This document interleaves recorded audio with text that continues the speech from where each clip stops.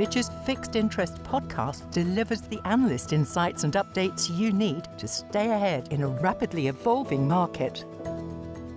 Welcome to Fixed Interest. My name is Shetty. I'm a managing director in the Sovereign team. In this episode, we will be discussing Argentina. And joining me today is Dychala, director in Fitch's Sovereign team and the primary analyst for Argentina. So Chris, let's get right into it.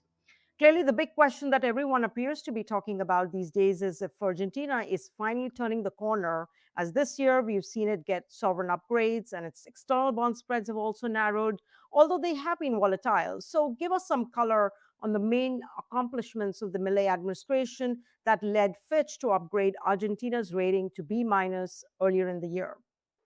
Sure. Thanks, Shelly. And yeah, as you mentioned, we upgraded Argentina's long-term foreign currency issuer default rating to B- on May 5th of this year, with a stable outlook from the prior rating of CCC+. I would say this is significant because it marks Argentina's return to the single B category for the first time since its 2020 default. And I think three key factors are behind, the improvements we've seen in the Milei administration supporting this upgrade. First, Argentina has seen significant structural improvements in its fiscal and external balances. On the fiscal front, a balanced budget has been the key policy anchor of the Milei administration, and this commitment to fiscal prudence now leaves Argentina with one of the best fiscal positions among the sovereigns we rate in the single B category. And secondly, on the external front, very strong growth in energy and mining exports are generating the much needed hard currency that Argentina needs, and it has been a long source of vulnerability. The second key element behind the upgrade has been progress on economic reforms.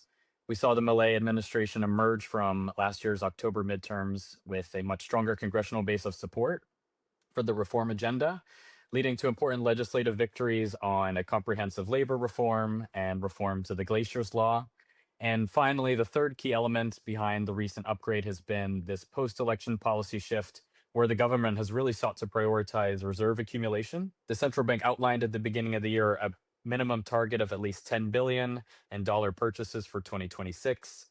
At the time of our upgrade back in May, these were already well on their way to reaching that minimum threshold, and now we've seen dollar purchases surpass $13.5 billion as of mid-August. I would say this policy shift, coupled with the government's recently announced financing package that includes loans with multilateral guarantees and greater dollar bond issuance in the local market, give us greater confidence in the government's ability that they'll secure the financing for upcoming debt payments. Thanks, Chris. So what are the remaining vulnerabilities in Argentina's credit profile, despite all the improvements that you mentioned? That's right. Despite the significant improvements that we've seen, I'd say the rating is still constrained by several key weaknesses in the credit profile. First, an external liquidity position that remains relatively weak, especially in the context of managing potential confidence shocks, which Argentina's been no stranger to in the past, as well as elections next year that could create market volatility.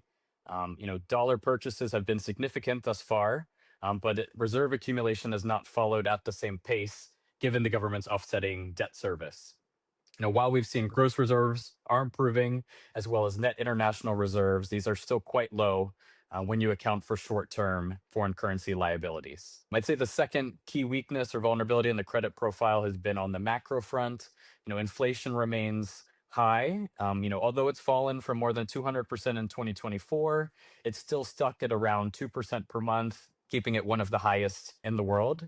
And on the growth story, while we do expect, positive growth this year, a second consecutive year in Argentina, but we're seeing it concentrated primarily in the extractive sectors in mining, oil and gas, as well as agriculture and financial intermediation, whereas labor-intensive sectors like construction, manufacturing have been stagnant or contracting, leading to higher unemployment and also impacting consumer confidence and overall confidence in the government. So, Chris, what will you be focused on over the coming year as Argentina heads into presidential elections next year?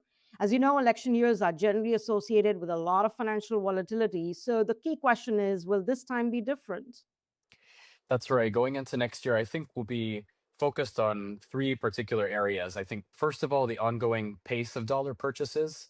The more dollars that the government can purchase through the end of this year will leave reserves in a stronger position going into elections next year. This provides a greater buffer to manage expected volatility. Also, a sustained buildup in international reserves is one of our key positive rating sensitivities for the sovereign rating. Secondly, we'll be keeping an eye on Milei's approval rating and the emergence of any opposition candidates and their policy orientation.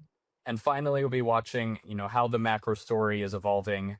We'll be looking at economic activity indicators, the performance of the more labor-intensive sectors that have an impact on employment levels, and the evolution of monthly inflation prints to assess Milei's chances of re-election and continuity of the reform program. Thanks a lot for your insights, Chris. Thank you for tuning in. If you want to hear more on Argentina, you can access our research on our website, fitchratings.com. Hope you will join us in the next Fixed Interest podcast. Subscribe to Fixed Interests wherever you get your podcasts.